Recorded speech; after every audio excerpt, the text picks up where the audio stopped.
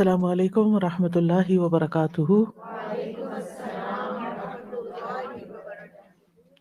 نحمده ونصلي على رسوله الكريم، اما بعد فاعوذ باللہ من الشیطان الرجیم، بسم اللہ الرحمن الرحیم۔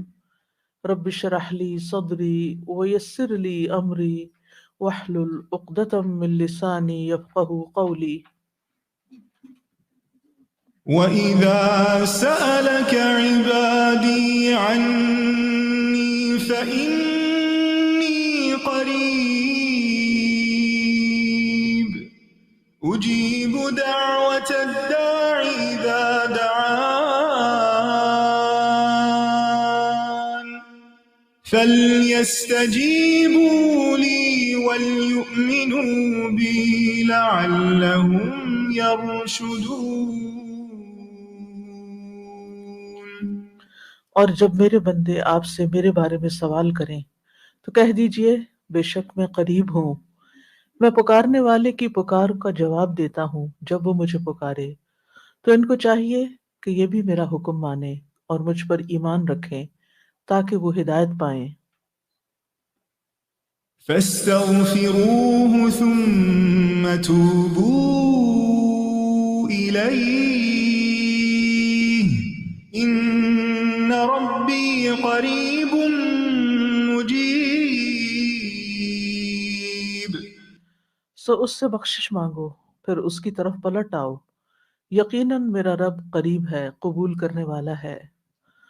اللہم لک الحمد کلہ، اللہم لا قابض لما بسطت ولا مقرب لما باعدت ولا مباعد لما قربت ولا معطی لما منعت ولا مانع لما اعطیت۔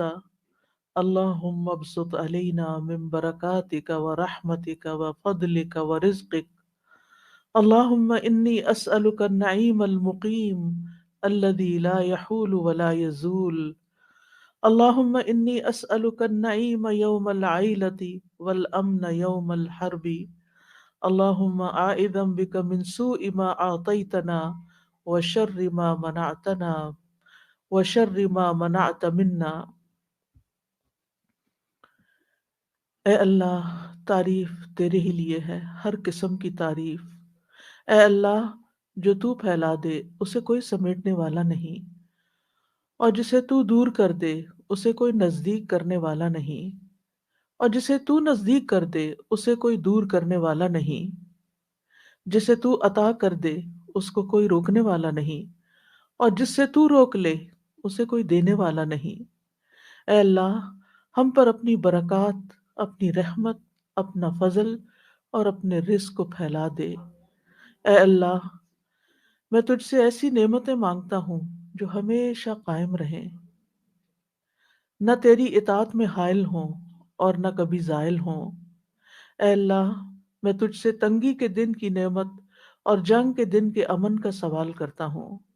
اے اللہ، میں تیری پناہ میں آتا ہوں اس چیز کی برائی سے جو تو نے عطا کی اور اس چیز کے شر سے جو تو نے ہم سے روک لی۔ آج ہم انشاءاللہ والدین کے بارے میں دعائیں پڑھیں گے۔ اللہ سبحانہ تعالیٰ کے حق کے بعد سب سے بڑا حق انسانوں میں سے ہم پر والدین کا حق ہے۔ ارشاد باری تعالیٰ ہے، وَقَضَى رَبُّكَ أَلَّا تَعْبُدُوا إِلَّا إِيَّاهُ وَبِالْوَالِدَيْنِ إِحْسَانًا إِمَّا يَبْلُغَنَّ عِندَكَ الْكِبَرَ أَحَدُهُمَا أَوْ كِلَاهُمَا فَلَا تَقُل لَّهُمَا أُفٍّ وَلَا تَنْهَرْهُمَا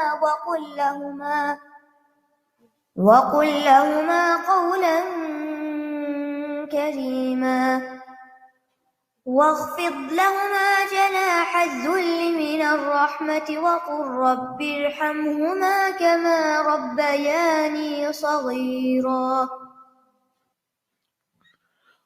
اور آپ کے رب نے فیصلہ کر دیا ہے کہ تم اس کے سوا کسی کی عبادت نہ کرو اور والدین کے ساتھ احسان کرو۔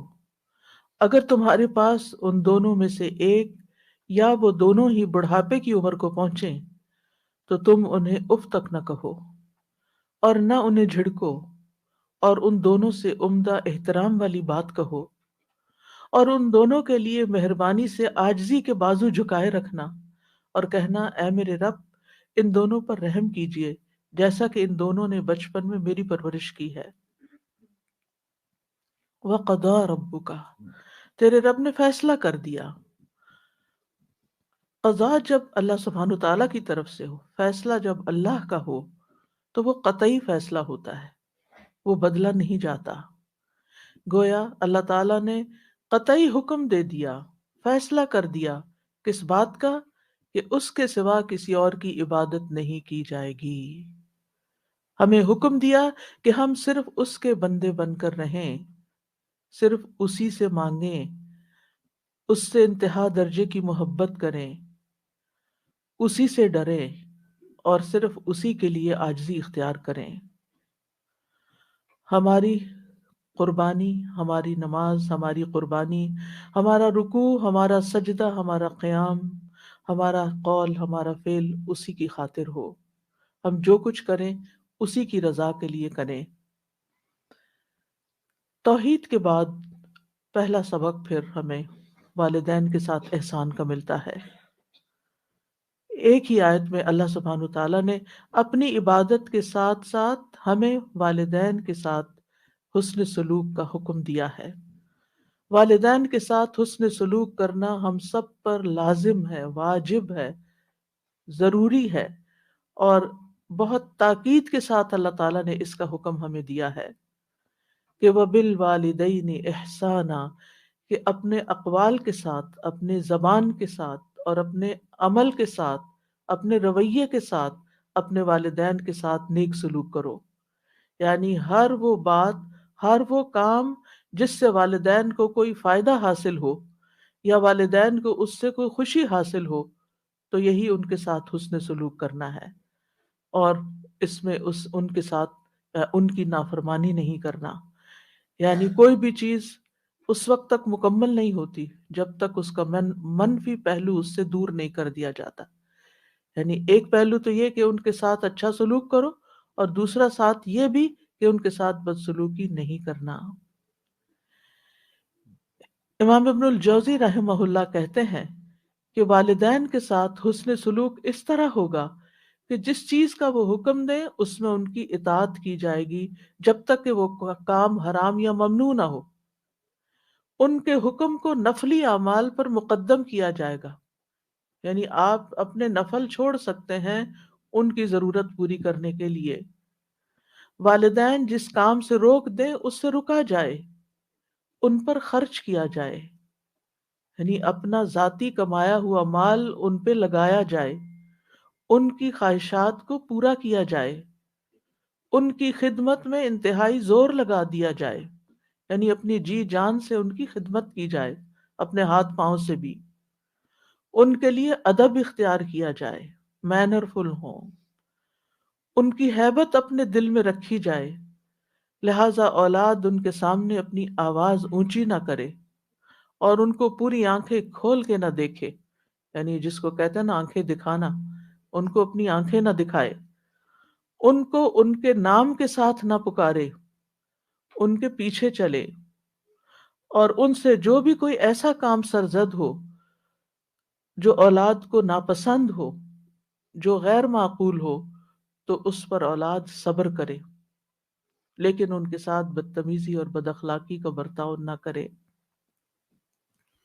پھر فرمایا اما یبلغن عندک الکبر، اگر ان میں سے تمہارے پاس کوئی بڑھاپے کی عمر کو پہنچ جائے، یعنی پہلے تم والدین کے پاس تھے، تم ان کے محتاج تھے، اب بڑھاپے اور کمزوری کی وجہ سے وہ تمہارے پاس آ گئے اور وہ تمہارے محتاج ہو گئے، تمہارے ضرورت مند ہو گئے، تو ایسی صورت میں جب وہ تمہارے پاس رہتے ہیں تو پھر کیا نہ کرو، فلا تقل لہما اف، ان سے اف تک مت کہو۔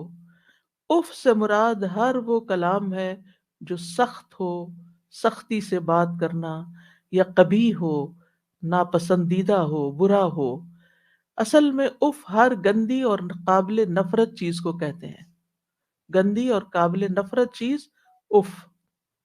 عربوں میں اف اور تف، اف ناخنوں کی میل کو کہتے ہیں، اور تف وہ حقیر چیز جو زمین سے آپ اٹھاتے ہیں، یعنی بالکل بیکار سی۔ تو والدین کے لیے اف اور تف کا لفظ استعمال نہیں کر سکتے۔ تو محاورے میں کسی بری چیز سے اظہار نفرت کے لیے اف کا لفظ بولا جاتا ہے۔ یہ ایسا کلمہ ہے جس میں بیزاری اور اکتاہٹ پائی جاتی۔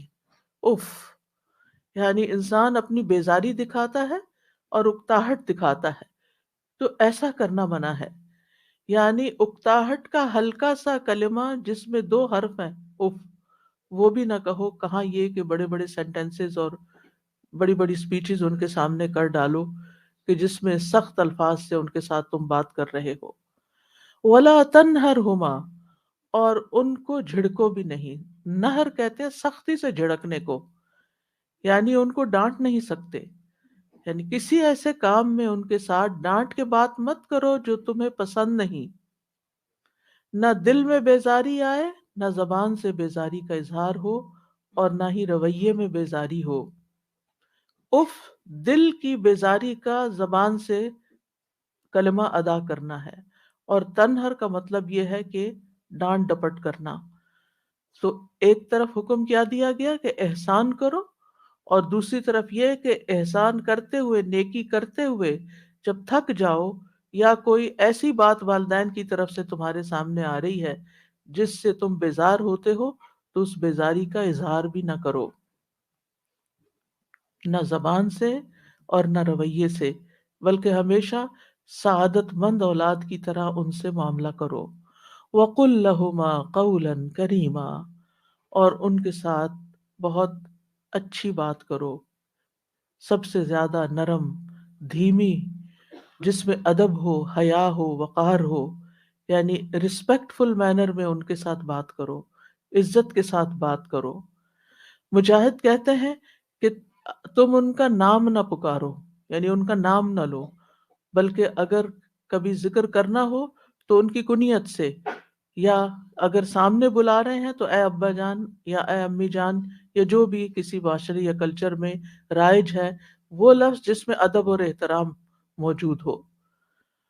اسی طرح ایک قول یہ ہے قولاً کریمہ سے کہ جس طرح بچپن میں وہ تمہارے پیشاب پخانہ کو صاف کرتے وقت کوئی کراہت محسوس نہیں کرتے تھے، تمہارے پیمپر چینج کرتے، اور ایک وقت تھا جب پیمپرز بھی نہیں ہوتے تھے، بچے کپڑے بھی خراب کر دیتے تھے، اور بھی طرح طرح سے اپنی غلاظت پھیلا دیتے تھے، تو والدین بغیر کسی نفرت کے اور بغیر منہ بنائے اور بغیر کسی بیزاری کا اظہار کیے تمہاری ساری نجاست دھوتے رہے، صاف ستھرا کرتے رہے تمہیں، بلکہ محبت سے پیش آتے رہے۔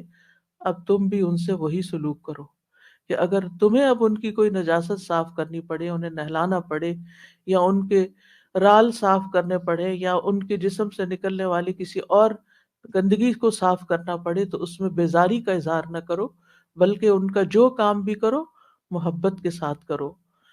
پھر فرمایا وَاخْفِضْ لَهُمَا جَنَاحَ الذُّلِّ مِنَ الرَّحْمَةِ، کہ ان کے لیے رحمت کے ساتھ عاجزی کے پر جھکا لو۔ ایک مطلب یہ ہے کہ جس طرح جناح کہتے ہیں پرندے کے پر کو، یا اس کا جو بازو ہوتا ہے اس کے لیے استعمال ہوتا ہے۔ آپ نے دیکھا ہوگا کہ مرغی جب کوئی خطرہ محسوس کرتی ہے تو وہ اپنے پروں کو کیا کرتی ہے، پھیلا دیتی ہے، اور اپنے بچوں کو اپنے پروں کے نیچے کر کے چھپا لیتی ہے۔ یہ ہے جناح الذل، یعنی اس میں کیا کرتی ہے، پر تو ویسے اوپر ہوتا ہے نا، تو پھر جو پھیلا کے تو اس کو نیچے لے جاتی ہے، جھکا دیتی ہے اپنے پر۔ تو تم بھی اسی طرح ان کو پروٹیکٹ کرو، یعنی جب پرندہ اپنے بچوں کی حفاظت کے لیے پروں کو سمیٹتا ہے اور نیچے کرتا ہے، جھکاتا ہے، تو تم بھی اسی طرح ان کے آگے جھکو، ان کے ساتھ اچھا معاملہ کرو، شفقت کا معاملہ، اور ان کی اسی طرح کفالت کرو جیسے انہوں نے تمہاری کفالت کی جب تم چھوٹے تھے۔ اور دوسرا عمومی معنی یہی ہے کہ جب بھی ان سے بات کرو، معاملہ کرو، تو عاجزی اور انکساری کے ساتھ کرو۔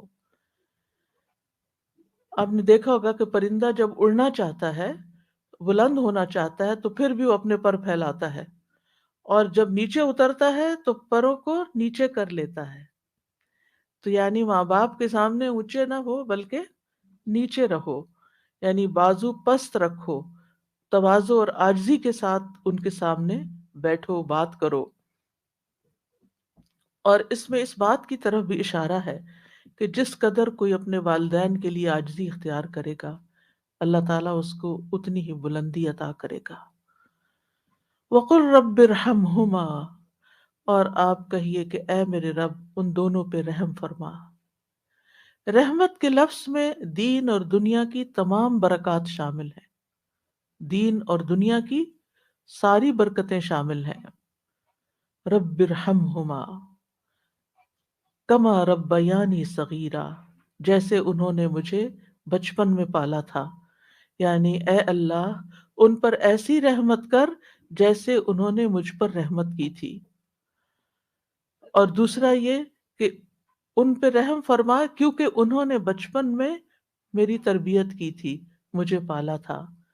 یہاں انسان کو اس کی بچپن کی حالت یاد کرائی گئی ہے، کیونکہ انسان جب بچہ ہوتا ہے تو انتہائی ڈپینڈنٹ ہوتا ہے، اپنا کوئی کام خود نہیں کر سکتا، اپنے جذبات کا اظہار بھی زبان سے نہیں کر سکتا۔ تو اس طرح انسان کو اس کی کمزوری اور اس کے بچپن کی حالت یاد دلا کر اس کے دل میں شفقت پیدا کی جا رہی کہ تم بھی اپنے والدین کے لیے ایسی شفقت کا اظہار کرو۔ اور آپ دیکھیے، جب اللہ سبحانہ تعالیٰ نے حکم دے دیا اور انسان پھر بھی وہ حق ادا نہ کر سکا، تو اس کو دعا سکھا دی کہ یا رب میں تو اس قابل نہیں، اور میں تو ان کا حق ادا ہی نہیں کر سکتا، لہٰذا میں تجھ سے دعا کرتا ہوں کہ تو ان پہ رحم فرما، تو ان کی ساری ضروریات پوری فرما۔ اور یہ حقیقت ہے کہ ہم خود کچھ بھی کر لیں، ہم تو ماں کے پیٹ کے اندر جو ماں نے تکلیفیں اٹھائیں ہماری پیدائش کے وقت، ہمارے دنیا میں وجود میں لانے کے لیے، ان کا ایک حصہ بھی اس کا حق ادا نہیں کر سکتے۔ پھر جب ولادت کے دوران ایک ایک کانٹریکشن ماں نے لی، ایک ایک پین جو برداشت کی، وہ ہم ساری زندگی بھی خدمت کریں تو اس درد کو ہم محسوس نہیں کر سکتے اور اس کا بدلہ نہیں چکا سکتے۔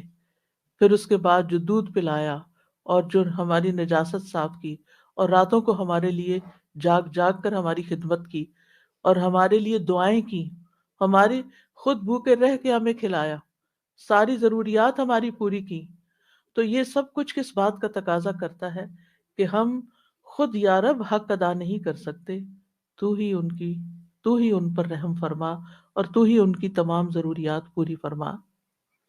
صحابہ کی زندگی میں ہم دیکھتے ہیں کہ وہ اپنے والدین کے لیے دعائیں کرتے ہیں۔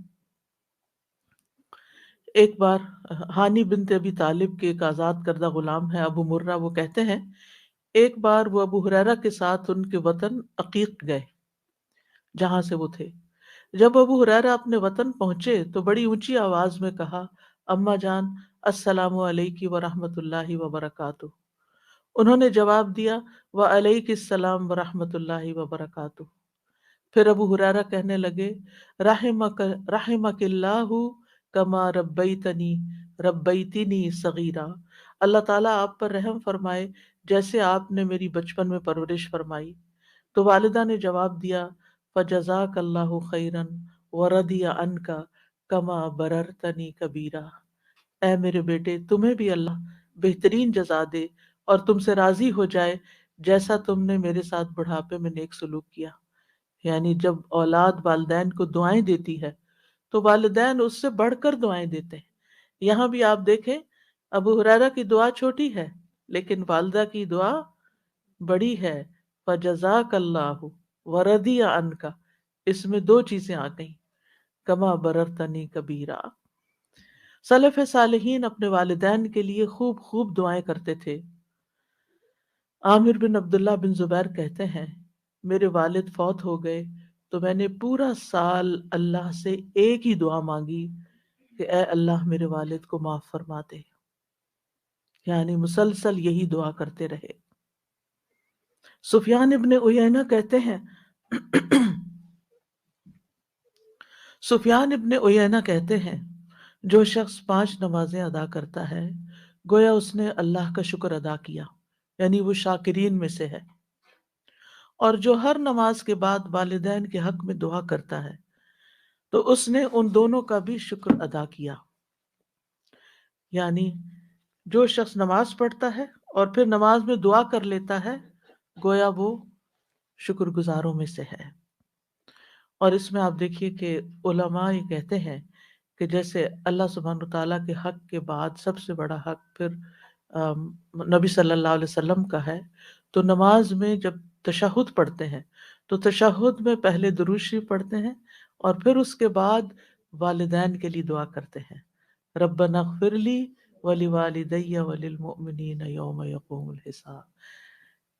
یہ حکمت ہے اس دعا کے یہاں رکھے جانے کی، اس دعا کے ہر بچے کو جسے نماز سکھائی جاتی ہے اس کو یہ دعا بھی سکھائی جاتی ہے کہ ویسے تو ہم عام طور پر دعا کرنا بھول جاتے ہیں، لیکن جو بچہ نماز پڑھتا ہوگا وہ ہر صورت یہ دعا کرے گا ہی کرے گا۔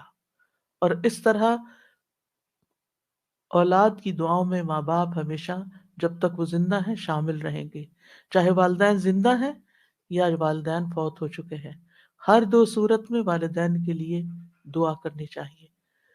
ان کی اگر کوئی سختی یا ان سے کسی قسم کی کوئی ناگوار صورتحال زندگی میں پیش بھی آئی تو بھی والدین اس بات کے حقدار ہیں کہ ان کے لیے دعائیں کی جاتی رہیں، اور جو شکر گزار ہوتا ہے وہی اللہ تعالیٰ کا محبوب ہوتا ہے۔ اور شیطان کا کام کیا ہے کہ وَلَا تَجِدُ، اس کا کیا کہنا تھا، وَلَا تَجِدُ أَكْثَرَهُمْ شَاكِرِينَ، کہ تو انسانوں کی اکثریت کو شکر گزار نہیں پائے گا۔ بلکہ ہونا یہ چاہیے کہ جہاں آپ کی کوئی ضرورت اٹکے، جہاں آپ کو کوئی پریشانی لاحق ہو، اتنی ہی زیادہ والدین کے لیے دعائیں زیادہ بڑھا دیں، کثرت کے ساتھ دعائیں کریں، اور خصوصاً سجدوں میں۔ یعنی آپ باندھ لیں کہ کس وقت آپ نے لازماً یہ دعا پڑھنی ہے، کیونکہ یہاں پر حکم دیا گیا وَقُلْ رَبِّ ارْحَمْهُمَا كَمَا رَبَّيَانِي صَغِيرًا، کہ یہ کہتے رہیے کہ اے رب ان پہ رحم فرما جیسے انہوں نے مجھے بچپن میں پالا۔ لہذا بہتر یہی ہے کہ نماز میں سجدے میں تسبیحات پڑھنے کے بعد یہ دعا کم از کم ایک دفعہ تو ایک سجدے میں ضرور ہی ہو، اگر زیادہ ہو تو اور بھی اچھا، کیونکہ ان احسنتم احسنتم لانفسکم، اگر تم نے احسان کیا تو اپنے ہی فائدے کے لیے کیا۔ اور پھر آپ دیکھیے کہ جو شخص والدین کے لیے دعا نہ کرے وہ محروم ہے۔ بعض صحابہ کہتے ہیں والدین کے لیے دعا نہ مانگنا اولاد کی زندگی کو تنگ کر دیتا ہے۔ بعض اوقات بچوں کی جاب نہیں لگتی، بعض اوقات ان کی شادی نہیں ہوتی، بعض اوقات ان کو اور طرح طرح کی مشکلات پیش آتی ہیں۔ ان کو یہی نصیحت کرنی چاہیے، ان کو یہی سبق سکھانا چاہیے کہ وہ اپنے والدین کے ساتھ حسن سلوک کریں۔ وہ ان کے ساتھ اچھے ہوں گے تو اللہ سبحانہ وتعالیٰ ان پر مہربانی کرے گا۔ یہ مشکلات کے حل کے لیے، پرابلمز کو دور کرنے کے لیے، غم اور دکھ اور ڈپریشن کا علاج ہے کہ انسان زیادہ سے زیادہ والدین کے ساتھ احسان کا سلوک کرے۔ بلکہ جب کسی بھی انسان کے ساتھ احسان کرے تو سوچے کیا میں نے اپنے والدین کے لیے بھی کچھ کیا۔ اب دیکھیے کہ بعض اوقات ہم اپنے دوستوں کو، رشتہ داروں کو، اوروں کو کتنے بڑے بڑے گفٹ دے دیتے ہیں، لیکن ہم اپنے ماں باپ کی طرف سے صدقہ کرنا بھول جاتے ہیں۔ خاص طور پر رمضان میں آپ دیکھیے کہ ہم جہاں اپنی طرف سے، اپنے بال بچوں کی طرف سے، کسی کی طرف سے بھی کچھ کریں تو ماں باپ کو نہ بھولیں، ان کی طرف سے سب سے پہلے کریں، کیونکہ اللہ سبحانہ تعالیٰ نے اپنے حق کے بعد والدین کا ذکر کیا ہے۔ سورۃ النساء میں آتا ہے وَاعْبُدُوا اللَّهَ وَلَا تُشْرِكُوا بِهِ شَيْئًا وَبِالْوَالِدَيْنِ إِحْسَانًا، اور اللہ کی عبادت کرو اور اس کے ساتھ کسی چیز کو شریک نہ بناؤ، اور اپنے ماں باپ کے ساتھ حسن سلوک کرو۔ سورۃ البقرہ میں آتا ہے وَإِذْ أَخَذْنَا مِيثَاقَ بَنِي إِسْرَائِيلَ لَا تَعْبُدُونَ إِلَّا اللَّهَ وَبِالْوَالِدَيْنِ إِحْسَانًا، اور وہ وقت یاد کرو جب ہم نے بنی اسرائیل سے پختہ عہد لیا تھا، پکا وعدہ لیا تھا اس بات پر کہ تم اللہ کے سوا کسی کی عبادت نہ کرنا اور والدین کے ساتھ احسان کرنا۔ اللہ سبحانہ وتعالیٰ اپنے شکر کے بعد والدین کے شکر کا حکم دیتے ہیں۔ سورۃ لقمان میں آتا ہے وَوَصَّيْنَا الْإِنسَانَ بِوَالِدَيْهِ حَمَلَتْهُ أُمُّهُ وَهْنًا عَلَى وَهْنٍ وَفِصَالُهُ فِي عَامَيْنِ أَنِ اشْكُرْ لِي وَلِوَالِدَيْكَ إِلَيَّ الْمَصِيرُ۔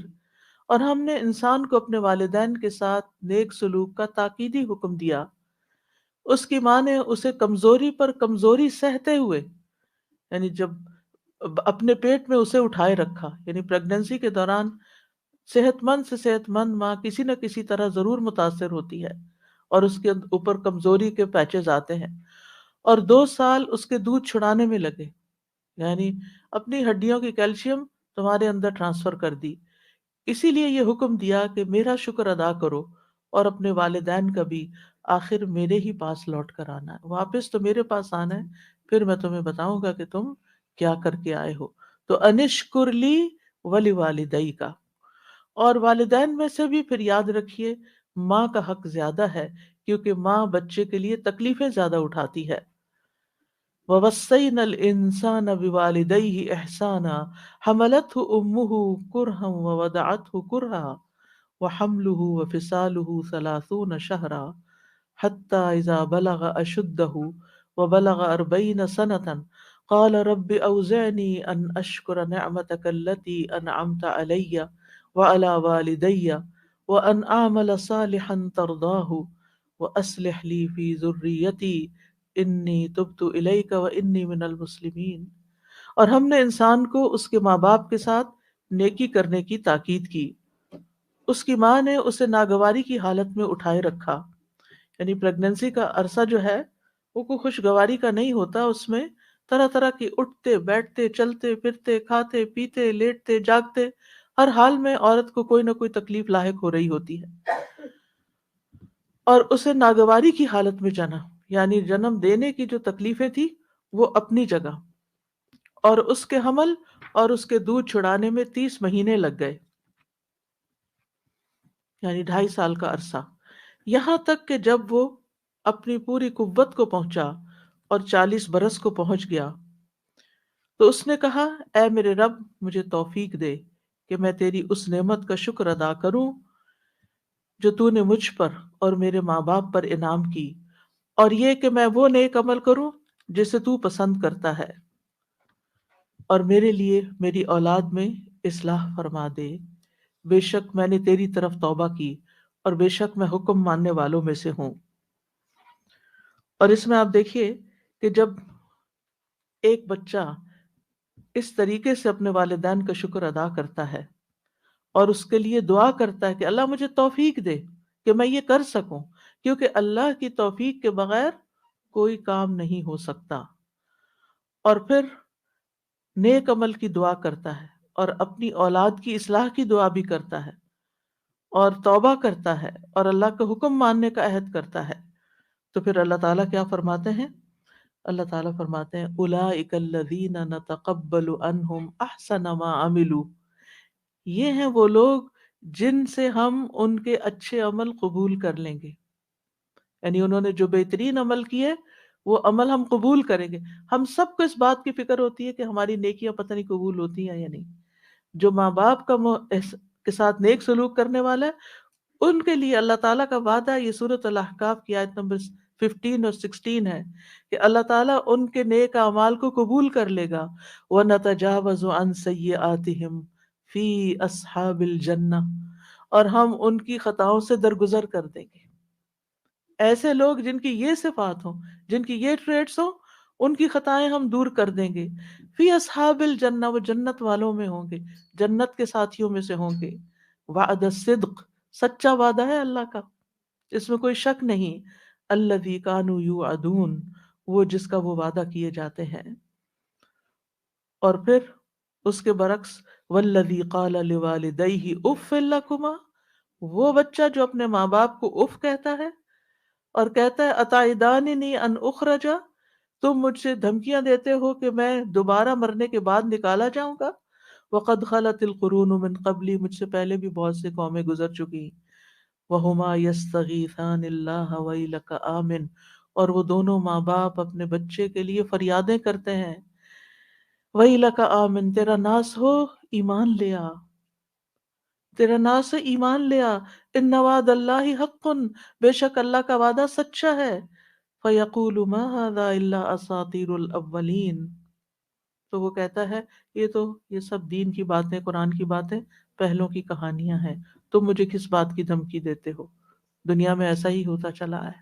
تو یہ دو کردار ہیں، اور آج جب معاشرے کے اندر، خود مسلمان گھرانوں کے اندر یہ دونوں کردار نظر آتے ہیں۔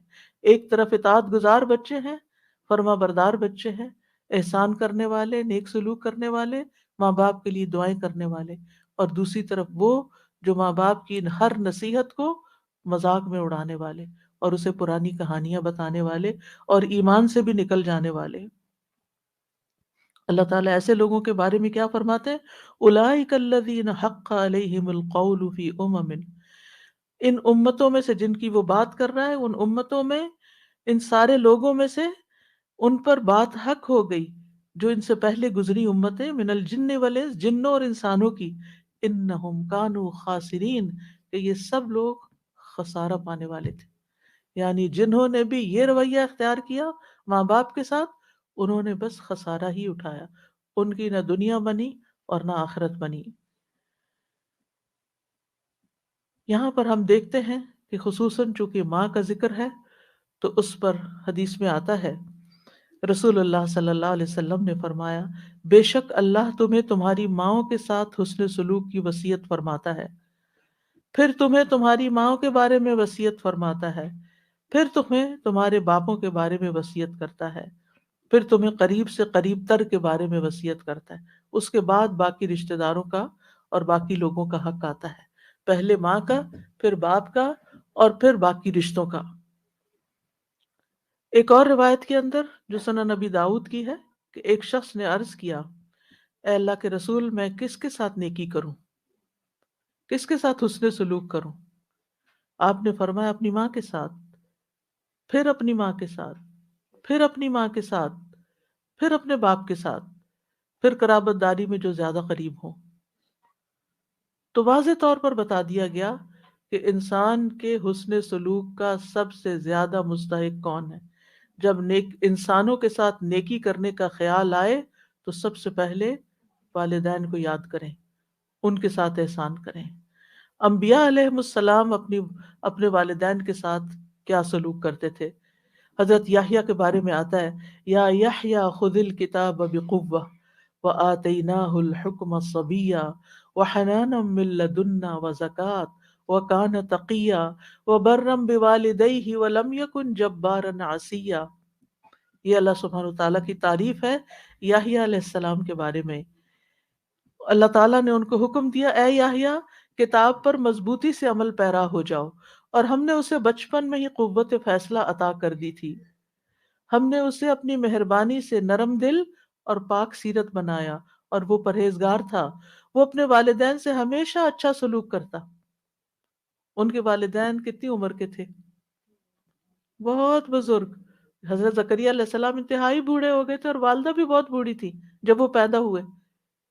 تو آپ سوچئے کہ ایک بچہ جس نے پیدا ہوتا ہی بوڑھے والدین دیکھے، اس کے لیے تو زندگی کی وہ بہاریں گزر گئی نا جو والدین کی جوانی کی ہوتی، تو پھر بھی وہ اپنے والدین کے اس بڑھاپے پر پریشان نہیں ہے، وہ ہمیشہ اپنے والدین سے اچھا سلوک کرتے اور کسی وقت بھی جابر اور نافرمان نہ ہوئے۔ وَلَمْ يَكُنْ جَبَّارًا عَصِيًّا، کبھی نافرمانی نہیں کی۔ ہم میں سے کون کہہ سکتا ہے کہ ہم نے اپنے ماں باپ کی کوئی بات نہیں ٹالی؟ مانی کون سی، اور کتنی ٹالی، کتنی کا انکار کر دیا۔ عیسیٰ علیہ السلام کی صفت میں آتا ہے وَبَرًّا بِوَالِدَتِي وَلَمْ يَجْعَلْنِي جَبَّارًا شَقِيًّا، اور میں اپنی والدہ سے بہتر سلوک کرتا رہوں اور اس نے مجھے جابر اور بدبخت نہیں بنایا۔ یاد رکھیے، ماں کے ساتھ نیکی جہاد سے زیادہ اہم ہے۔ معاویہ بن جاہمہ کہتے ہیں، میں رسول اللہ صلی اللہ علیہ وسلم کی خدمت میں حاضر ہو کر عرض کیا، میں نے، اے اللہ کے رسول، میں آپ کے ساتھ مل کر جہاد کرنا چاہتا ہوں، ابتغی بذالک وجہ اللہ والدار الآخرہ، اس سے میرا مقصد اللہ کا چہرہ ہے اور آخرت کا گھر ہے۔ رسول اللہ صلی اللہ علیہ وسلم نے فرمایا، تیرا بھلا ہو، کیا تیری ماں زندہ ہے؟ میں نے کہا جی ہاں۔ آپ نے فرمایا، واپس جا کر اس کی خدمت کر، پھر میں نے دوسری طرف سے آ کر عرض کیا، اے اللہ کے رسول، میں آپ کے ساتھ مل کر جہاد کرنا چاہتا ہوں، ابتغی بذالک وجہ اللہ والدار الآخرہ۔ آپ نے فرمایا تیرا بھلا ہو، کیا تیری ماں زندہ ہے؟ میں نے کہا جی ہاں۔ اے اللہ کے رسول، آپ نے فرمایا واپس جا کے ان کی خدمت کرو۔ تیسری دفعہ پھر ایسا ہی ہوا تو آپ نے تیسری دفعہ بھی ان کو یہی حکم دیا، اور اس کے ساتھ مزید یہ کہا، وَيْحَكَ الزم رجلہا فثم الجنہ، تیرا بھلا ہو، اس کے قدموں میں پڑا رہو، اس کے قدموں میں پڑے رہو، جنت وہی ہے۔ جنت چاہیے نا، نیکی چاہیے، تو جاؤ ان کی خدمت کرو۔ والدین سے حسن سلوک سب سے افضل عمل ہے۔ رسول اللہ صلی اللہ علیہ وسلم سے پوچھا گیا سب سے افضل عمل کیا ہے؟ آپ نے فرمایا وقت پہ نماز پڑھنا اور والدین کے ساتھ نیک سلوک کرنا، پھر اللہ کے راستے میں جہاد کرنا۔ یہ ہے ترتیب نیک اعمال کی۔ بعض لوگ اپنے رشتوں کو بھول جاتے ہیں، والدین کی کیئر ہی نہیں کرتے اور نیکی کے کام کرنے میں دوڑتے پھرتے ہیں، تو سب سے بڑی نیکی چھوڑ کر اس سے اگلے درجے پہ جانا، یہ تو پھر اپنی خواہش کی بات ہے۔ ایک شخص نے جہاد میں جانے کی نبی صلی اللہ علیہ وسلم سے اجازت مانگی۔ آپ نے پوچھا کیا تمہارے والدین زندہ ہیں؟ اس نے جواب دیا ہاں۔ آپ نے فرمایا فَفِيهِمَا فَجَاهِدْ، جاؤ ان دونوں میں جہاد کرو، یعنی جاؤ ان کی خدمت کرو اور وہاں تمہارا جہاد ہے۔ کیونکہ بعض سچویشنز ایسی ہوتی ہیں کہ والدین ایسی ضرورت میں ہوتے ہیں کہ ان کی وہ ضرورت کوئی اور پوری ہی نہیں کر سکتا سوائے آپ کے، اور وہ خاص بیسک ضروریات ہوتی ہیں، مثلا ان کا کھانا پینا ہے، ان کی علاج معالجہ ہے، ان کی ایسی ضرورت ہے کہ جو آپ ہی نے کرنی ہے، لہٰذا اس خدمت کو کبھی بھی بھلانا نہیں چاہیے۔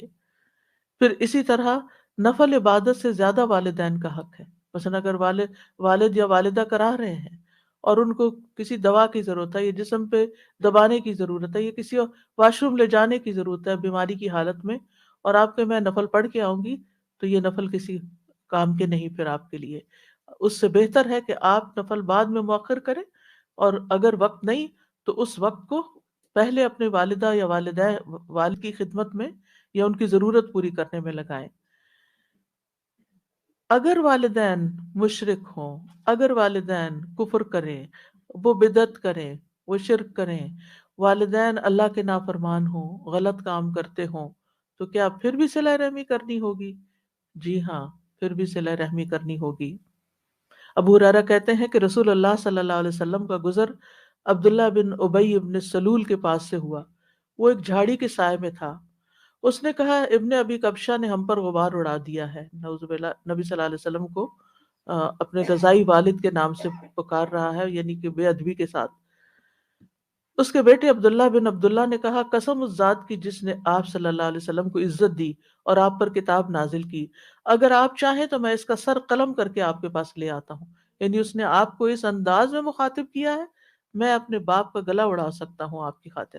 آپ نے فرمایا نہیں، بلکہ تو اپنے باپ سے نیکی کر اور حسن صحبت سے پیش آ۔ کون تھا عبداللہ بن ابی؟ جو منافقوں کا سردار تھا، ہر موقع پر نبی صلی اللہ علیہ وسلم کو تکلیف دیتا تھا۔ تو کیا آپ اس بات کا فائدہ نہیں اٹھا سکتے کہ اولاد ہی کہہ رہی ہے اس دشمن سے جان چھڑاؤ اور اس کے ٹھکانے لگواؤ اس کو؟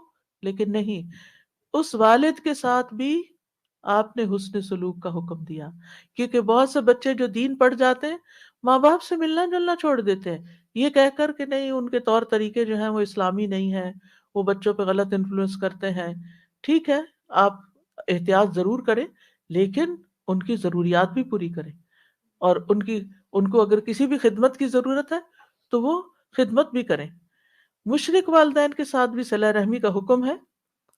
ہاں، اگر وہ یہ زور دیں کہ تم شرک کرو تو شرک نہیں کرنا، یہ بات ان کی نہیں ماننی، ورنہ دنیا میں ان سے اچھے طریقے سے رہنا ہے۔ وَإِن جَاهَدَاكَ عَلَىٰ أَن تُشْرِكَ بِي مَا لَيْسَ لَكَ بِهِ عِلْمٌ فَلَا تُطِعْهُمَا وَصَاحِبْهُمَا فِي الدُّنْيَا مَعْرُوفًا۔ حضرت اسماء کہتی ہیں میری والدہ جو مشرکہ تھیں میرے پاس آئیں، میں نے رسول اللہ صلی اللہ علیہ وسلم سے پوچھا کہ وہ میرے پاس کچھ مالی تعاون کی امید سے آئی ہیں، ان کو کچھ ضرورت ہے، کیا میں اپنی والدہ کے ساتھ صلہ رحمی کر سکتی ہوں؟ یعنی وہ شرک پر ہیں لیکن مجھ سے کچھ پیسے چاہتی ہیں۔ آپ نے فرمایا ہاں، اپنی والدہ کے ساتھ صلہ رحمی کرو۔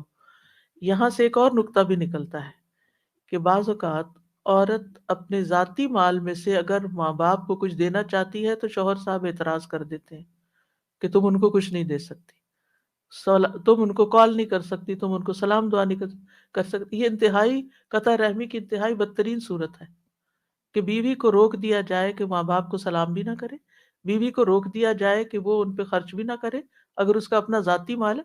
ٹھیک ہے، اگر شوہر کا مال ہے تو شوہر سے پوچھنا ہوگا، لیکن اگر اس کا اپنا ذاتی مال ہے، کوئی ذاتی چیز ہے، کوئی اس کے کپڑے ہیں، جیولری ہے، کوئی کیش ہے، وہ اپنی والدہ کو دینا چاہتی ہے تو اس کو اسلام نے کھلی اجازت دی ہے کہ وہ ان کو دے سکتی۔ یہاں آپ دیکھیں نبی صلی اللہ علیہ وسلم حضرت اسماء کو حکم دے رہے ہیں، اجازت دے رہے ہیں کہ وہ اپنی مشرک والدہ کے ساتھ حسن سلوک کریں، ان کو مال دیں۔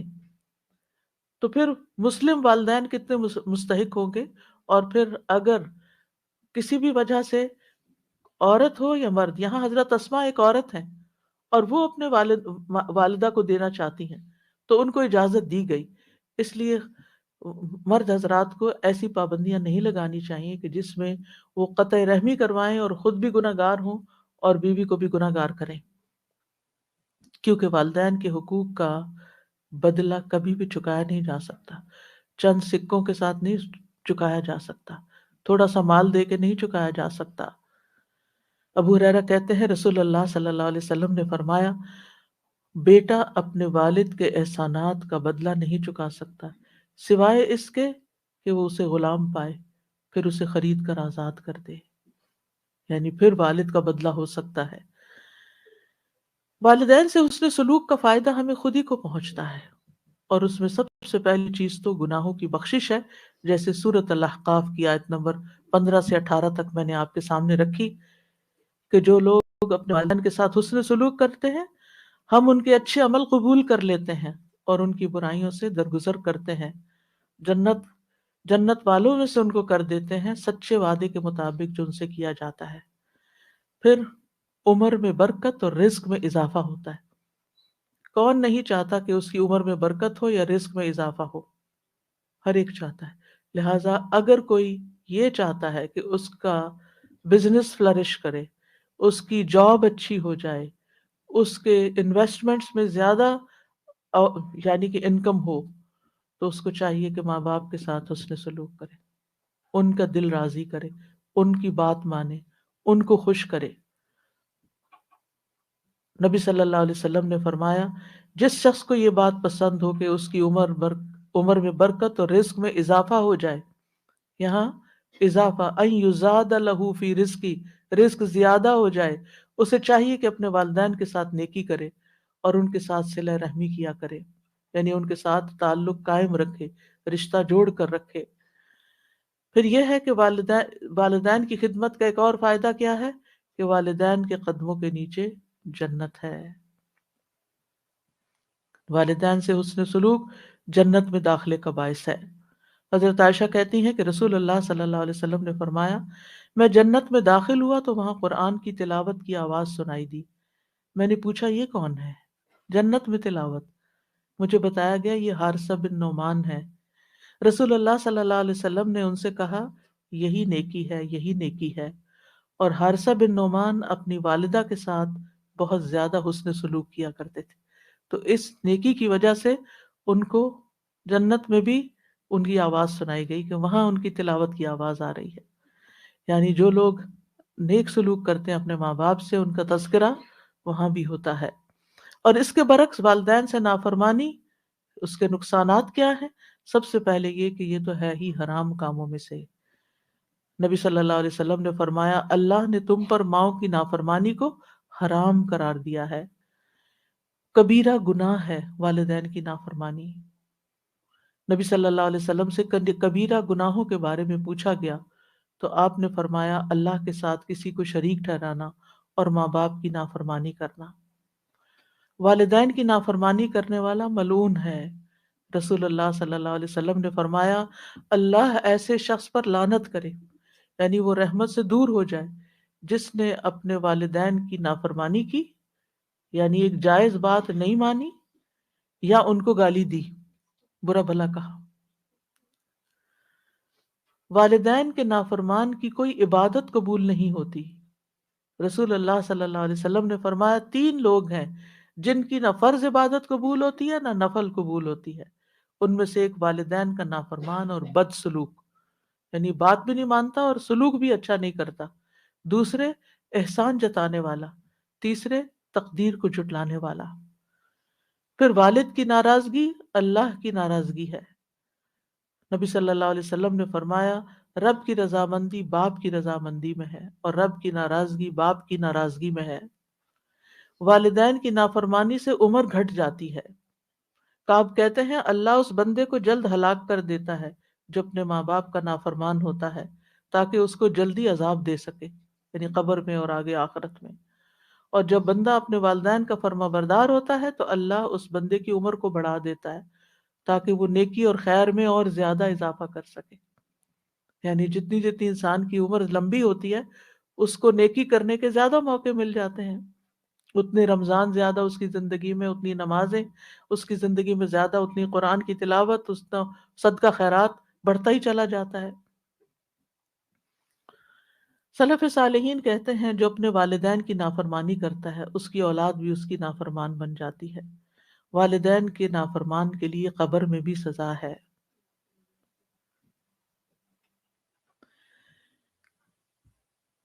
عوام بن حوشب رضی اللہ عنہ یہ صحابی ہیں، وہ کہتے ہیں میں ایک دفعہ کسی بستی میں گیا، وہاں پڑاؤ کیا، اس کے پاس ایک قبرستان تھا، عصر کی نماز کا وقت ہوا تو وہاں سے ایک قبر پھٹی، یعنی قبر کھل گئی اور ایک آدمی نمودار ہوا، اس کا سر گدھے کی سر کی طرح تھا اور جسم انسان کے جسم کی طرح تھا۔ وہ 3 دفعہ ہینگا یعنی گدھے کی آواز نکالی، پھر قبر اس کے اوپر مل گئی۔ تو گاؤں میں ایک عمر رسیدہ عورت اون کاٹ رہی تھی، تو ایک عورت نے کہا وہ بوڑھی عورت دیکھ رہے ہو؟ میں نے کہا ہاں، اسے کیا ہے؟ اس نے کہا وہ اس کی ماں ہے۔ میں نے پوچھا اس کا قصہ کیا ہے؟ اس نے بتایا کہ یہ شراب پیتا تھا، جب وہ جانے لگتا تو ماں کہتی اے بیٹے اللہ سے ڈر جاؤ، کب تک تم شراب پیتے رہو گے؟ اس نے کہا تم ایسے ہی ہینگتی رہتی ہو جیسے گدھا ہینگتا ہے۔ جیسے عام طور پہ بچے کہتے ہیں نا کہ ماں باپ کو واپس سنا دیتے کہ آپ گرمبل کرتے ہیں، آپ یہ کرتے ہیں، آپ وہ کرتے ہیں، تو اس نے کہا کہ تم ماں کی نصیحت کو کیا کہا، گدھے کی طرح ہینگتی ہو۔ پھر وہ عصر کے بعد فوت ہو گیا۔ تو یہ وہ بندہ ہے جو ہر روز اپنی قبر سے نکلتا ہے، 3 دفعہ ہینگتا ہے، پھر قبر اس پر مل جاتی ہے۔ اتنی بڑی عبرت۔ والدین کی نافرمانی کا نقصان کیا ہے کہ ایسا شخص جنت میں داخل نہیں ہوگا۔ نبی صلی اللہ علیہ وسلم نے فرمایا 3 آدمی جنت میں داخل نہ ہوں گے، نہ ہی قیامت کے دن اللہ ان کی طرف دیکھے گا۔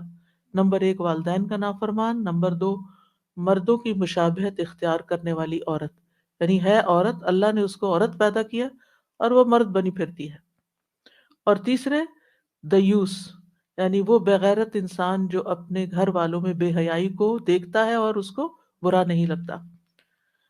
اور قیامت کے دن ان 3 آدمیوں کی طرف اللہ تعالیٰ دیکھے گا بھی نہیں، ایک والدین کا نافرمان، دوسرے عادی شرابی، اور تیسرے دے کر احسان جتانے والا۔ تو پھر والدین کے ساتھ کیا کیا جائے، کیسے ان کو راضی کیا جائے، کیسے ان کا حق ادا کیا جائے، کیسے حسن سلوک کیا جائے؟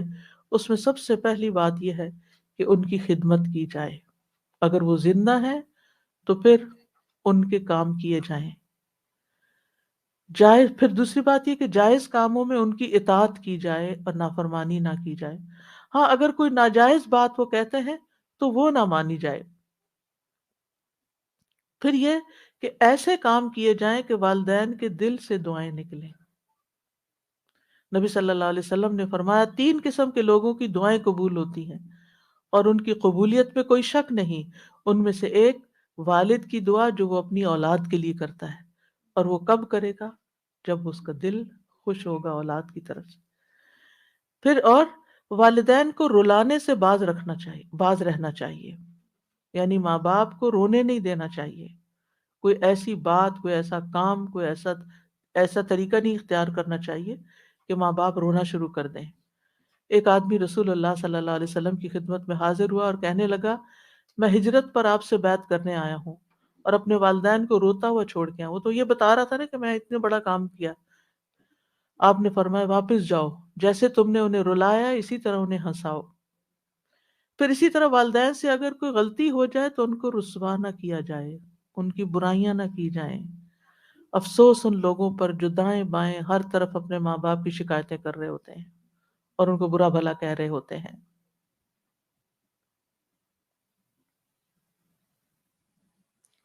پھر والدین پر خرچ کرنا چاہیے۔ رسول اللہ قرآن مجید میں اللہ تعالیٰ فرماتے سورۃ البقرہ میں 215، یسألونک ماذا ينفقون قل ما انفقتم من خیر فللوالدین والاقربین والیتامى والمساکین وابن السبیل وما تفعلوا من خیر فإن اللہ بہ علیم۔ وہ آپ سے پوچھتے ہیں کیا چیز خرچ کریں، کہو تم خیر میں سے جو بھی خرچ کرو تو وہ ماں باپ اور زیادہ قرابت والوں اور یتیموں اور مسکینوں اور مسافروں کے لیے، اور تم نیکی میں سے جو کچھ بھی کرو گے بے شک اللہ اسے خوب جاننے والا ہے۔ یعنی جب خرچ کرنے لگو تو پہلے ماں باپ کا حصہ، پہلے ان کی ضروریات دیکھو، کہ اگر وہ ضرورت مند ہے تو پھر پہلے انہیں دو اور پھر کسی اور کو دو۔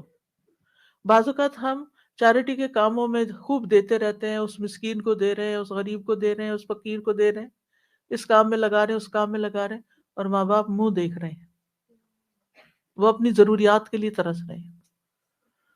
اور پھر بعض وقت بچے تو ضد لگا دیتے ہیں، وہ فلاں بھائی دے نا، میں ہی کیوں دوں؟ نہیں، جتنا ان کو دو گے اس سے زیادہ واپس آئے گا تمہارے پاس۔ پھر بعض یہ کہتے ہیں ان کے پاس تو آلریڈی بہت کچھ ہے، بھلے ہو پھر بھی ہمارا کام ہے دینا۔ بعض کہتے ہیں ہم ان کو دیتے ہیں پھر وہ آگے صدقہ کر دیتی ہیں، بھلے صدقہ کرتی رہیں۔ بعض کہتے ہیں ہم ان کو دیتے ہیں اور وہ فلاں خالہ کو یا فلاں پھپھی کو دے دیتی ہیں جن سے ہماری نہیں بنتی۔ نہ بنے آپ کی، وہ جس کو چاہے دیں۔ اس میں ہمیں یہ نہیں دیکھنا چاہیے کہ ہماری پسند یا ہماری چوائس کیا ہے یا ہمیں کیا فائدہ ہو رہا ہے اس سے۔ ہمیں بس سب سے بڑا فائدہ یہ کہ ہمارے رب کا حکم پورا ہو رہا ہے اور وہ راضی ہو رہا ہے، وہ اس پیسے سے آگے جو بھی کرے، الا یہ کہ اگر آپ سمجھے کہ کسی حرام کام میں لگا رہے ہیں تو وہ اور بات ہے، ورنہ ادروائز ان کو اگر آپ صدقہ بھی کرنا چاہتے ہیں تو آپ ان کے ہاتھ میں دیں، آپ صدقہ کیجیے۔ اور اگر وہ دنیا سے گزر چکے ہیں تو ان کی طرف سے پھر وہ جو زندگی میں آپ ان کو دیتے تھے نا، تو مرنے کے بعد بھی آپ ان کی طرف سے صدقہ کرتے رہیں۔ کیونکہ زندگی میں تو والدین کے ساتھ بعض اوقات بچے کہتے ہیں کہ چلو ماں باپ سے ہم سے خوش ہوں گے تو ہمیں بھی کچھ ملے گا، یا اچھا فیل کرتے ہیں، لیکن جب وہ فوت ہو جاتے ہیں اور آنکھوں سے اوجھل ہو جاتے ہیں اور اپنے ہاتھوں سے ان کو دفنا کے آ جاتے ہیں تو پھر اس وقت ہم آہستہ آہستہ بھولنے لگتے ہیں۔ نہیں، ان کو تب بھی نہیں بھولنا اور ان کی طرف سے صدقہ خیرات کرتے رہنا ہے۔ پھر یہ کہ اگر اپنے پاس نہیں تو ایسی صورت میں کمائی کر کے محنت کر کے ان پہ خرچ کیا جائے۔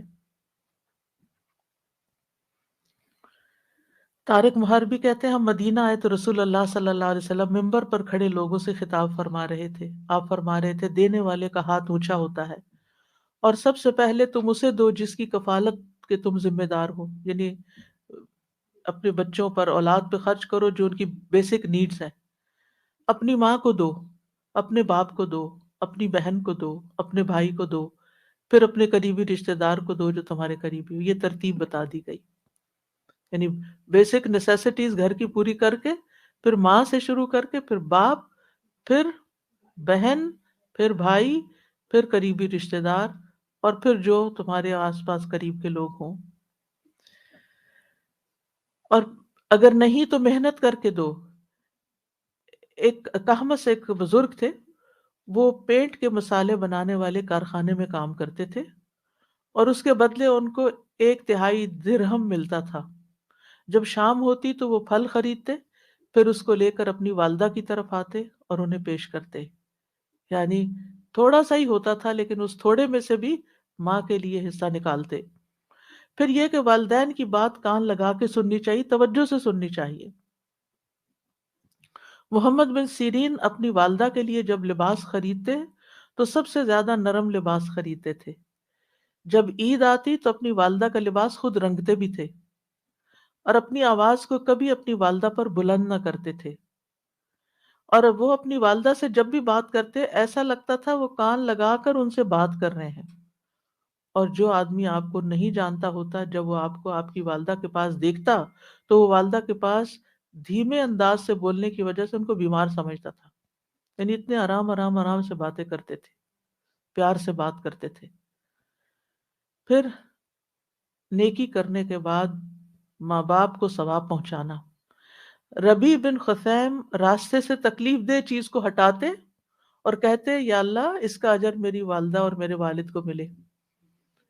ان کو تو مل ہی گیا جس نے نیکی کی، لیکن چھوٹے چھوٹے کاموں کا ثواب بھی اپنے ماں باپ کو بھیجتے، کیونکہ وہ عقل مند لوگ تھے، ان کو پتا تھا کہ ان کے لیے جو کریں گے اس کا تو کئی گنا زیادہ لوٹ کر واپس آئے گا ہماری ہی طرف، تو وہ اس کو اپنی سعادت سمجھتے تھے۔ والدین دنیا سے چلے جائیں تو پھر بھی ان کے حقوق ادا کرنے چاہیے، سب سے پہلے تو ان کے لیے دعائیں۔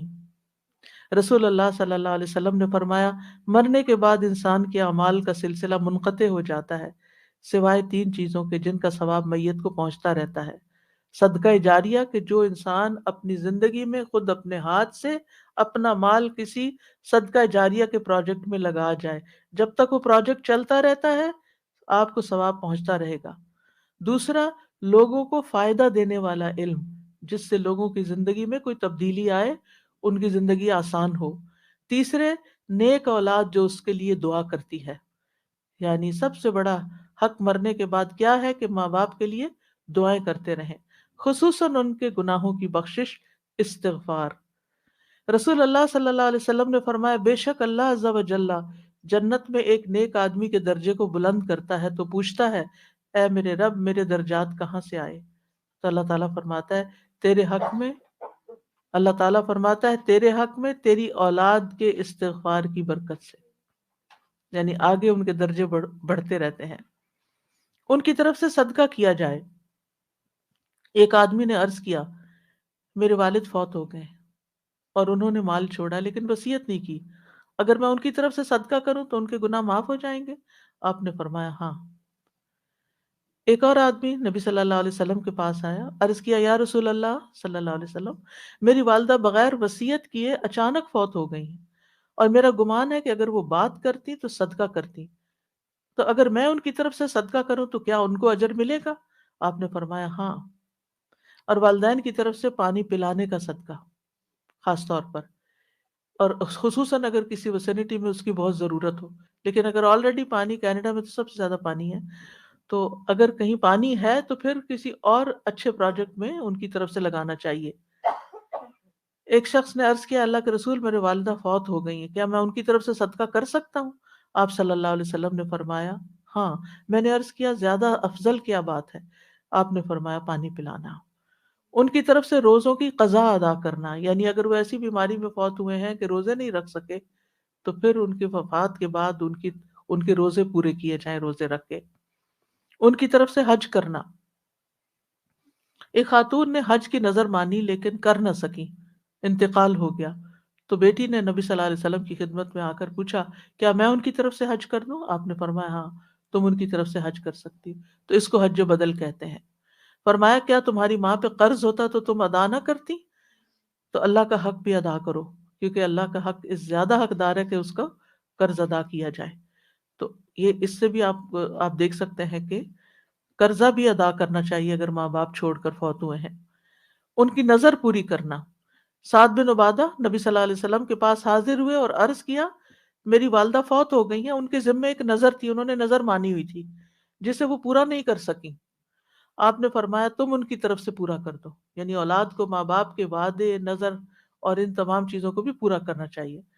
والدین کے دوستوں کے ساتھ نیکی کرنی چاہیے، یعنی اگر اپنے والدین حیات نہیں تو سوچئے کہ کون کون ایسے لوگ ہیں جو آپ کے ماں باپ کے بہت قریبی دوست تھے، اگر وہ زندہ ہیں تو رمضان ہے ان کا حال چال پوچھئے، پھر عید آئے گی تو عید کی مبارک بھیجیے، ضرورت مند ہیں تو کچھ پیسے بھجوا دیجئے گفٹ کے طور پر، یعنی کسی بھی طرح سے آپ ان کی خبر لے سکتے ہیں۔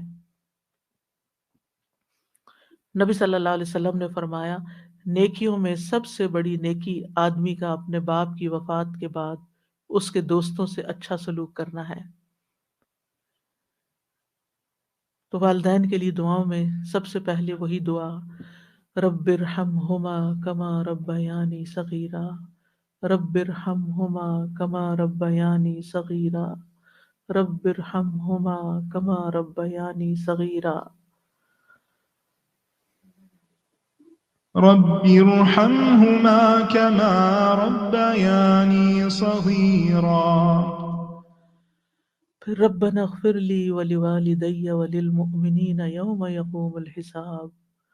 اے ہمارے رب، مجھے اور میرے والدین اور تمام مومنوں کو اس دن معاف فرما دینا جب حساب لیا جائے گا. ربنا اغفر ربنا اغفر لي ولوالدي وللمؤمنين يوم يقوم الحساب. اس دعا سے ہمیں دعا کی ترتیب بھی پتہ چلتی ہے کہ دعا مانگنے والا سب سے پہلے اپنے لیے دعا کرے، پھر اپنے والدین کے لیے کرے، پھر اپنی اولاد کے لیے کرے. کیونکہ عام طور پر ہم جب اولاد والے ہو جاتے ہیں تو ماں باپ کو عموماً اگنور کر دیتے ہیں، ان کو بھول جاتے ہیں یا ان کی خیر خبر نہیں لیتے، تو اور پھر دعاؤں میں بھی یاد نہیں رکھتے.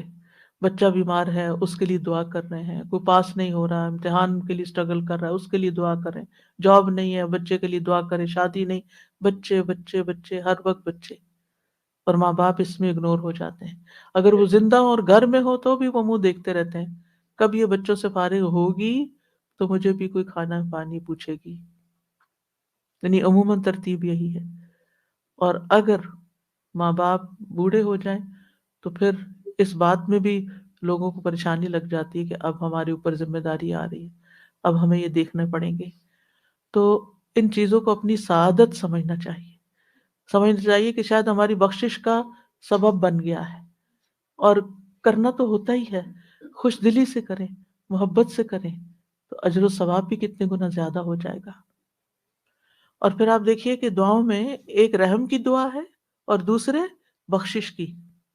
یعنی قرآن کی ان دونوں آیتوں سے یہ پتہ چلتا ہے کہ ترتیب کیا ہے، رحمت کی دعا اور بخشش کی دعا. یہ خاص طور پر یاد رکھنا ہے کیونکہ بخشش پر ہی دنیا اور آخرت کی کامیابی کا انحصار ہے. استغفار سے ان کے دنیا کے مسائل بھی حل ہوتے ہیں. یعنی جب ہم والدین زندہ ہیں اور ان کے لیے بخشش مانگتے ہیں تو کیا ہوگا، ان کی دنیاوی مشکلات بھی آسان ہوں گی. اور اگر فوت ہو گئے ہیں پھر تو بہت ہی زیادہ ضرورت ہے.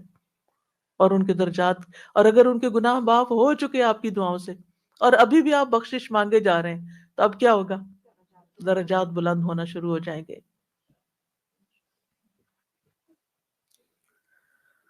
اور آپ دیکھیے کہ یہ دعا جو ہے ربنا اغفر لی ولوالدی وللمؤمنین یوم یقوم الحساب، یہ کس کی دعا ہے؟ ابراہیم علیہ السلام کی دعا. اللہ سبحانہ وتعالیٰ یعنی کہ اللہ تعالیٰ نے اپنے خلیل کے لیے اسی دعا کو خاص کیا. انہوں نے اور دعائیں بھی کی ہوں گی لیکن اس کا ذکر قرآن میں کیا. اور والدین کے لیے اس لیے بھی دعا کی جائے کہ ہم والدین کی کمائی ہیں اور والدین نے اپنی کمائی ہم پر خرچ کی ہے.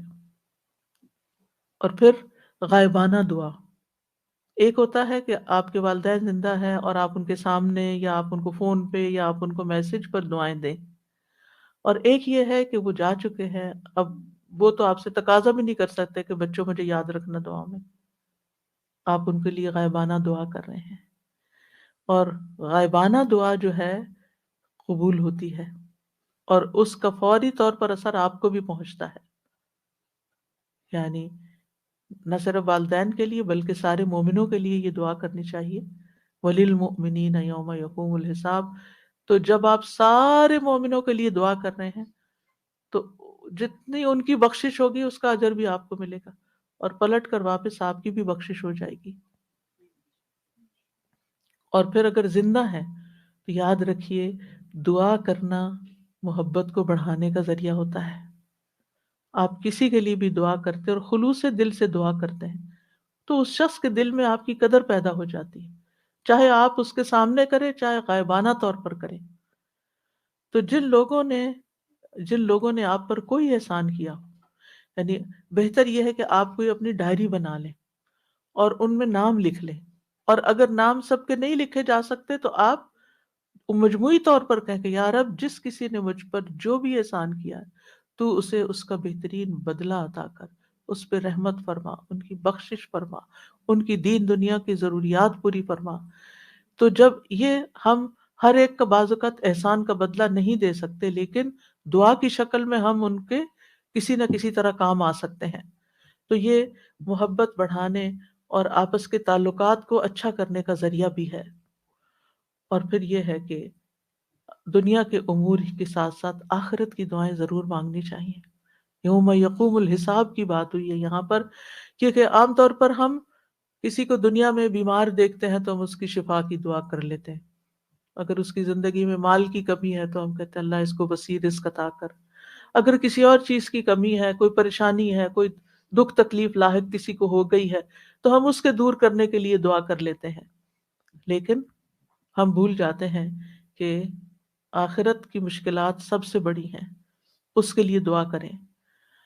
اور پھر آپ دیکھیے کہ شرعی دعائیں جو ہیں، جو آپ کو یہاں میں ان پروگرامز میں بتا رہی ہوں، یہ بڑی جامع دعائیں ہیں۔ ہم خود اتنی، ہمارے اندر ہمت ہستی نہیں ہوتی کہ ہم خود اتنے اچھے الفاظ سلیکٹ کر سکیں اور ان الفاظ میں مانگ سکیں۔ جب ہم قرآن کی آیت سے کوئی دعا لے کے مانگتے تو وہ ہر حرف پہ 10 نیکیاں الگ مل رہی ہوتی، اور پھر اللہ سبحانہ تعالیٰ کی سکھائی ہوئی دعا ہم مانگ رہے ہوتے ہیں، اور پھر یہ کہ قبولیت بھی زیادہ ہوتی ہے۔ تو اس میں دنیا اور آخرت کے بڑے بڑے مقاصد چھپے ہوئے ہوتے ہیں، اور مختصر الفاظ بھی ہوتے ہیں۔ حضرت نوح علیہ السلام نے بھی ایک دعا کی تھی، رب اغفر لی ولوالدی ولمن دخل بیتی مؤمنا وللمؤمنین والمؤمنات ولا تزد الظالمین الا تبارا۔ اے رب مجھے بخش دے اور میرے ماں باپ کو اور اس کو جو مومن بن کر میرے گھر میں داخل ہو، اور ایمان والے مردوں اور ایمان والی عورتوں کو، اور ظالموں کو ہلاکت کے سوا کسی چیز میں نہ بڑھا۔ تو انہوں نے جہاں دعائیں کی وہاں ظالموں کے لیے بد دعا بھی کی، کیونکہ ان کی قوم 950 سال کی تبلیغ کے بعد بھی حد سے بڑھ گئی تھی۔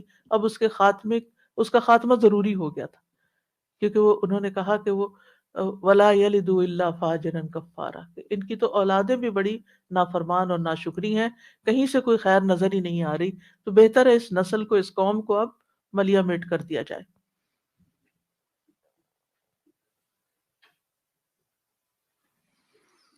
پھر ہے سورۃ النمل میں حضرت سلیمان علیہ السلام کی دعا، رب اوزعنی ان اشکر نعمتک التي انعمت علی وعلی والدی وان اعمل صالحا ترضاه وادخلنی برحمتک فی عبادک الصالحین۔ اے میرے رب مجھے توفیق دے کہ میں تیری اس نعمت کا شکر ادا کر سکوں جو تو نے مجھے اور میرے والدین کو عطا کی، اور اس بات کی بھی کہ میں ایسے اچھے عمل کروں جو تجھے پسند ہو، اور اپنی رحمت سے مجھے اپنے صالح بندوں میں داخل فرما۔ رب أوزعني أن أشكر نعمتك التي أنعمت علي وعلى والدي وأن أعمل صالحا ترضاه وأدخلني برحمتك في عبادك الصالحين۔ آمین۔ اے رب مجھے توفیق دے۔ آپ کو معلوم ہے کہ یہ دعا سلیمان علیہ السلام نے اس وقت کی تھی جب چیونٹیاں یہ کہہ رہی، چیونٹیوں کی ملکہ یہ کہہ رہی تھی کہ چیونٹیوں اپنے بلوں میں داخل ہو جاؤ۔ سورۃ النمل میں آتا ہے یہاں تک کہ جب وہ چیونٹیوں کی وادی میں آئے تو ایک چیونٹی کہنے لگی، اے چیونٹیوں اپنے گھروں میں داخل ہو جاؤ، سلیمان اور اس کے لشکر تمہیں کچل نہ ڈالیں اور وہ اس کا شعور بھی نہ رکھتے ہوں۔ تو اس کی بات سے ہنستے ہوئے مسکرا دیے سلیمان علیہ السلام، اور کہنے لگے، اے میرے رب مجھے توفیق دے کہ میں تیری ان نعمتوں کا شکر ادا کروں جو تو نے مجھ پر کی اور میرے والدین پر انعام کی، کیونکہ ان کے والد داؤد علیہ السلام تھے، ان پر بھی اللہ نے بڑے احسان کیے تھے، اور یہ کہ میں وہ نیک عمل کروں جس سے تو راضی ہو جائے۔ کتنی خوبصورت دعا ہے، اللہ ایسی نیکی کی توفیق دے دے کہ جس سے تو خوش ہو جائے، کیونکہ ایک مومن کی سب سے بڑی تمنا، طلب اور تڑپ یہ ہوتی ہے کہ میرا رب مجھ سے راضی ہو جائے۔ تو اللہ مجھے وہ کام سکھا دے، وہ رستہ بتا دے کہ جس سے میں تجھے راضی کر سکوں، اور مجھے اپنی رحمت کے ساتھ اپنے نیک بندوں میں شامل کر، کیونکہ نیک بندوں کے ساتھ انسان جب رہتا ہے تو نیک بندوں پہ جو رحمتیں آتی ہیں وہ ہم پر بھی آتی ہیں۔ نیک بندوں کی صحبت میں جب انسان ہوتا ہے تو ان سے کوئی نیکی کا سبق ہی لیتا ہے۔ نیک مجلس میں جب انسان بیٹھ کر جاتا ہے تو اللہ تعالیٰ ان سب کو بخش دیتا ہے۔ جیسے وہ حدیث سیارہ ہے نا کہ جب کچھ فرشتے جو ہیں وہ گلیوں بازاروں میں گھومتے رہتے ہیں، پھر جب لوگ ایک جگہ کسی جگہ پر بیٹھ کر مل کر اللہ کو یاد کرتے ہیں تو پھر اس وقت ان کی فرشتے جب مجلس ختم ہوتی ہے تو اللہ تعالیٰ کے پاس پہنچتے ہیں تو اللہ تعالیٰ پوچھتے ہیں کہ یہ کیا مانگ رہے تھے اور کس چیز سے پناہ مانگ رہے تھے، اور اس وقت فرشتے کہتے ہیں وہ ایک شخص ایسے ہی آ کے وہاں بیٹھ گیا تھا، تو اللہ تعالیٰ کیا فرماتے ہیں کہ یہ وہ لوگ ہیں کہ جن کے ساتھ بیٹھنے والا بھی بدبخت نہیں ہوتا، نامراد نہیں ہوتا، میں نے اس کو بھی بخش دیا، اس کی بھی بخشش ہو گئی۔ لہٰذا کتنا ضروری ہے کہ ہم ان مجالس کا اہتمام کریں اور ان میں اس نیت سے بھی حاضر ہو کہ یا اللہ تو یہاں سے نکلے تو ہماری بخشش ہو چکی ہو۔ تو نیک صحبت دنیا میں بھی خوشی کا باعث ہوتی ہے، کیونکہ نہ انہوں نے آپ کے لیے بدگمانی کرنی، نہ انہوں نے آپ کو کوئی تانے دینے، نہ انہوں نے آپ کی جا کے کہیں غیبت چگلی کرنی، اور نہ انہوں نے آپ کو کوئی دھوکہ فریب دینا۔ انہوں نے آپ کے ساتھ حسن سلوکی کرنا ہے، اچھا معاملہ ہی کرنا ہے، خیر خواہی ہی کرنی ہے، آپ کو کوئی اچھی بات ہی سکھانی ہے، اور ان کی نیکی کی وجہ سے ان پہ جو رحمت آ رہی ہے اللہ تعالیٰ آپ کو بھی اس میں سے حصہ دے گا، اور ان کی جو بخشش کا وعدہ اللہ نے کیا اللہ تعالیٰ ہمیں بھی اس بخشش میں حصہ دے دے گا۔ تو اس لیے انسان کو دنیا میں بھی آخرت میں بھی ایسی صحبتوں کی تلاش ہونی چاہیے اور اس کی قدر کرنی چاہیے، اور ان کو کسی قیمت پر ہاتھ سے نہیں جانے دینا چاہیے۔ اب دیکھیے کہ یوسف علیہ السلام کو اللہ تعالیٰ نے نبوت بھی عطا کی، بادشاہت بھی عطا کی، لیکن انہوں نے کیا مانگا پھر؟ فاطر السماوات والارض انت ولی فی الدنیا والآخرہ توفنی مسلما والحقنی بالصالحین، کہ اللہ مجھے اسلام کی حالت میں فوت کرنا اور نیک لوگوں کا ساتھ دینا، الحقنی بالصالحین۔ تو اس لیے ہم سب کی بھی، یعنی ایک انسان کو دنیا میں یہ دو چیزیں مل جائیں، نبوت اور بادشاہت، اس سے بڑی کوئی چیز دنیا میں ہے؟ اس دنیا میں ہر چیز ان کے لیے مسخر کر دی گئی، وہ جہاں چاہے، وہ آتا ہے نا سورۃ یوسف میں، وہ جہاں چاہے اپنی، یعنی اپنے لیے جو چاہے بنا سکتا تھا، یعنی پورے کلی مختار ہو گئے تھے، کل مختار ہو گئے تھے زمین پر، ہر طرح کے احکامات ان کے جاری ہوتے تھے، یعنی ان کی کوئی بات ٹالی نہیں جاتی تھی، وہ جو چاہتے کرتے، اور اس طرح دوسری طرف اللہ کی طرف سے ان کو نبوت کا اعلیٰ درجہ، لیکن ان کے دل میں کیا خواہش ہے؟ دنیا کی نہیں، الحقنی بالصالحین، کہ اللہ نیک لوگوں کا ساتھ دے۔ تو ان حضرت سلمان علیہ السلام نے بھی کیا کہا؟ رب اوزعنی، اوزعنی کا لفظ جانے اس کا مطلب ہوتا ہے یا اللہ مجھے روک لے کہ میں تیرے احسان کا شکر ادا کروں، مجھے توفیق دے، یعنی مجھے اس چیز کے لیے پابند کر دے کہ میں ایسا کرتا رہوں، یعنی جس قدر تو نے مجھ پر اور میرے والدین پر احسانات کی بارش کی ہے، اس کی وجہ سے کہیں میرا نفس بے قابو نہ ہو جائے۔ ہوتا ہے نا جب نعمتیں ملتی، صحت بھی ہو، آپ کی طاقت بھی ہو، ہمت بھی ہو، مال بھی ہو، اور آپ کے ریسورسز بھی ہو، ہر چیز آپ کے لیے آسان ہو۔ سلیمان علیہ السلام تو صرف انسانوں پہ نہیں، پرندوں، چیونٹیوں اور ہر مخلوق پر حکومت کر رہے تھے۔ اتنی بڑی حکومت تو کسی انسان کو نہیں ملی۔ تو انہوں نے، یعنی جب انسان کو اتنی نعمتیں مل جائیں تو بعض اوقات انسان کا نفس آپے سے باہر ہو جاتا ہے، تو انہوں نے کہا یا رب ان نعمتوں کی فراوانی کے ساتھ تو مجھے روک لینا اور اس بات کی توفیق دینا کہ میں ان پہ تیرا شکر ادا کرتا رہوں، کہیں میں ان میں سے کسی چیز کے اوپر تکبر نہ کر بیٹھوں، غرور نہ آ جائے، اور میں وہی کام کرتا رہوں جو تجھے پسند ہے۔ اور پھر آپ دیکھیے کہ احسانات کو یاد کر کے دعا کر رہے ہیں، اللہ تو نے مجھ پر اتنے احسان کیے، یہ بھی دعا کا ایک کرینہ ہے کہ اللہ مجھ پہ تو نے احسان کیا، اللہ تو نے میرے والدین پہ احسان کیے ہیں، اب تو مجھے نیکی کے کاموں کی توفیق دے دے۔ ایک صحابی اپنی والدہ کے لیے دعا کیا کرتے تھے، اللہم اجعلنی من المقربین واجعل امی من الحور العین، اے اللہ مجھے مقربین میں سے بنا دے اور میری ماں کو حور العین بنا دے۔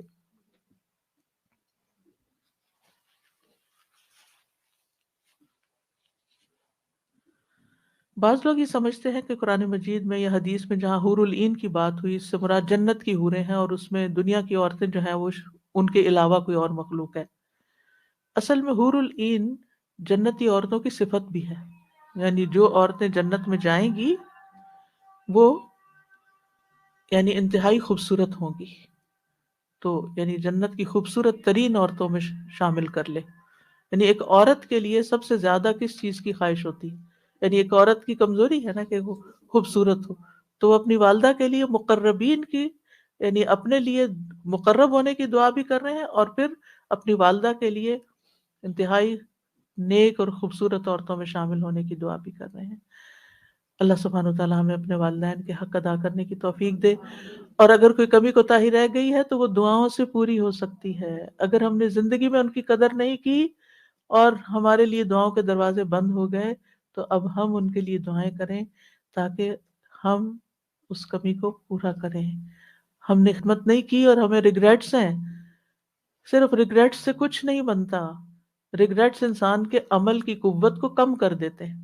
جتنا زیادہ آپ ریگریٹ کریں گے، کاش میں یہ کر لیتا، کاش میں وہ کر لیتا، میں نے یہ کیوں نہ کیا، میں نے وہ غلطی کیوں کر دی، تو شیطان کی طرف سے کیا ہوتا ہے کہ انسان کو بس وہ غمگین رکھتا ہے، پریشان رکھتا ہے۔ تو غم اور پریشانی میں ہمارے عمل کی قوت کم ہو جاتی ہے، لہٰذا ریگریٹس کو آلٹرنیٹلی تبدیل کر کے ریپلیس کر کے ان کی جگہ دعاؤں کی کثرت کر دیں۔ اللہ ہمیں توفیق عطا فرمائے۔ وآخر دعوانا ان الحمد للہ رب العالمین۔ سبحانک اللہم و بحمدک، اشہد ان لا الہ الا انت، استغفرک و اتوب الیک۔ جی، یہ ایک سٹیکر ہے جس میں رب ارحمہما کما ربیانی لکھا ہوا ہے، دعا لکھی ہے۔ یہ آپ اپنے گفٹس کسی کو بھی دیں تو اس کے اوپر لگا کے دے سکتے ہیں۔ یہ موجود ہے وہاں پر بک سٹور میں۔ اسی طرح والدین ہماری جنت، یہ جو باتیں میں نے کی ہیں ان میں سے بہت سی باتیں اس کتاب میں بھی ہیں، آپ اپنے لیے اور دوسرے بچوں کو پڑھ کے سنانے کے لیے بھی لے جا سکتے ہیں۔ اسی طرح حسن اخلاق انگلش میں بھی ہے، اردو میں بھی ہے، اس میں والدین کے حقوق پر ایک چیپٹر بھی ہے۔ تو یہ کتاب بھی آپ کے گھر میں ہونی چاہیے کہ اچھے اخلاق کے لیے کون کون سی صفات ہمارے اندر ہوں، تو ان میں سے اچھا اخلاق اسی کا ہے جو اپنے ماں باپ کے لیے اچھا اخلاق رکھتا ہے، تو اس کے لیے احادیث موجود ہیں۔ اور تیمم کی مٹی کا جو آپ کو بتایا گیا تھا، یہ پیک موجود ہے، یہ آپ دیکھ سکتے ہیں، اس میں طریقہ بھی دیا ہوا ہے، تو یہ ہر گھر میں ہونا چاہیے۔ اوکے، جزاکم اللہ خیرا۔ السلام علیکم ورحمۃ اللہ وبرکاتہ۔ کوئی آپ اناؤنس کر لیں؟ جزاکم اللہ خیراً کثیرا۔ اللہ تعالیٰ ہم سب کو اپنے والدین کے ساتھ جو حیات ہیں بہترین سلوک کرنے والا بنائے، اور جو دنیا سے جا چکے ہیں ان کے لیے صدقہ جاریہ بھی بنائے اور بہترین اعمال کی توفیق دے، آمین۔